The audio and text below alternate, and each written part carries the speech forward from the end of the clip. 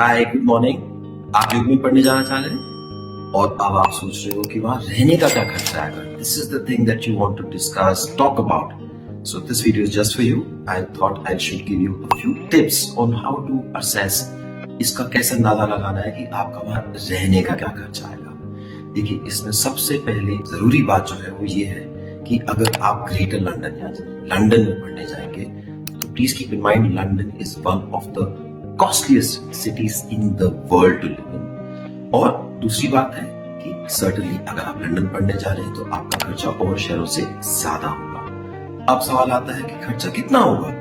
तो देखिए, इसमें कोई फिक्स्ड नंबर नहीं है। क्यों नहीं है, उसके लिए मैं आपको कुछ पॉइंटर्स देना चाहता हूँ। देखिए, आप किसी भी शहर में रहने जाते हैं, सबसे पहला सवाल आता है आप घर कहाँ ले रहे हैं। क्या आप किसी बिजनेस एरिया के पास में घर ले रहे हैं या थोड़ा सेंटर ऑफ द सिटी से थोड़ा दूर ले रहे हैं। कोई भी शहर हो जहां एक centre of the city, mostly आपको देखेगा वेस्टर्न कंट्रीज में centre of the city is the most prominent business area.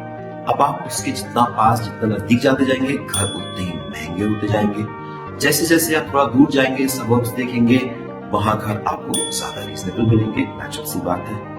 अब दूसरा सवाल आता है कि आप रहने किसके साथ वाले हैं। How many people are you going to be sharing a house. बहुत सिंपल गणित है।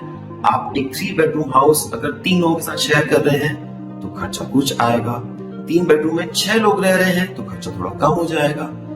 3 बेडरूम में आप 9 लोग रह रहे हैं तो खर्चा और भी कम हो जाएगा।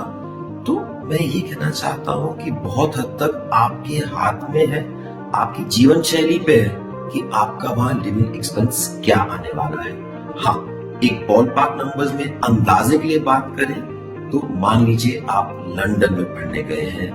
आप और आपके 2 और फ्रेंड्स एक 3 BHK एक डिसेंट लोकेलिटी में, डिसेंट सबर्ब में घर शेयर कर रहे हैं। आप लोग अपनी ग्रोसरीज लाते हैं, मिलजुल के खाना बनाते हैं, एक मॉडरेट कंजर्वेटिव लाइफस्टाइल में रह रहे हैं जिसमें आप कंफर्टेबल हैं लेकिन लैविशली नहीं रह रहे। इस तरह के लाइफस्टाइल में आप मान के चलिए आपका हर महीने 1000 या 1200 पाउंड तक खर्चा होगा लंदन में।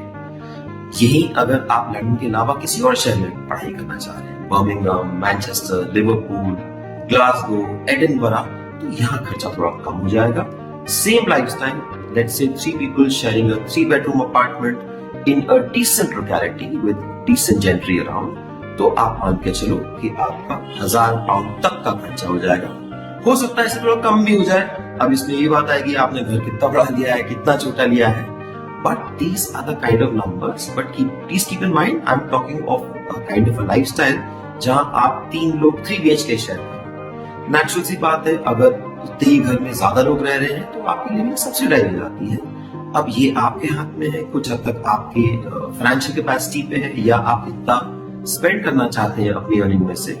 So these are the ways और these are the things that really impact कि आपके यूके में लिविंग कॉस्ट क्या है। ये कोई एक नंबर नहीं है। I get cost, people want to know कि सर क्या कॉस्ट आएगी, तो कोई एग्जैक्ट कॉस्ट नहीं है। कॉस्ट आप ही कुछ हद तक डिसाइड करेंगे। एक और जरूरी बात, देखिए, आप किसी भी शहर में रहेंगे, आप मान के चलिए आपका जो बिगेस्ट एक्सपेंस है वो है आपका रेंटल। अब चाहे आपने ऑन कैंपस अकोमोडेशन लिया है या अपना घर लेके रह रहे हैं, आपका आप मान के चलिए कम से कम 60 to 70% खर्चा आपका रेंट में जाएगा।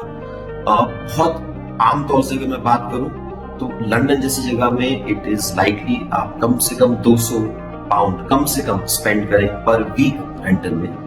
लंदन के बाद हो सकता है दिस अमाउंट में drop to maybe 150 pounds. But just as a planning tool I am letting you know that आपका जो रेंटल है वो सबसे बड़ा पार्ट होता है।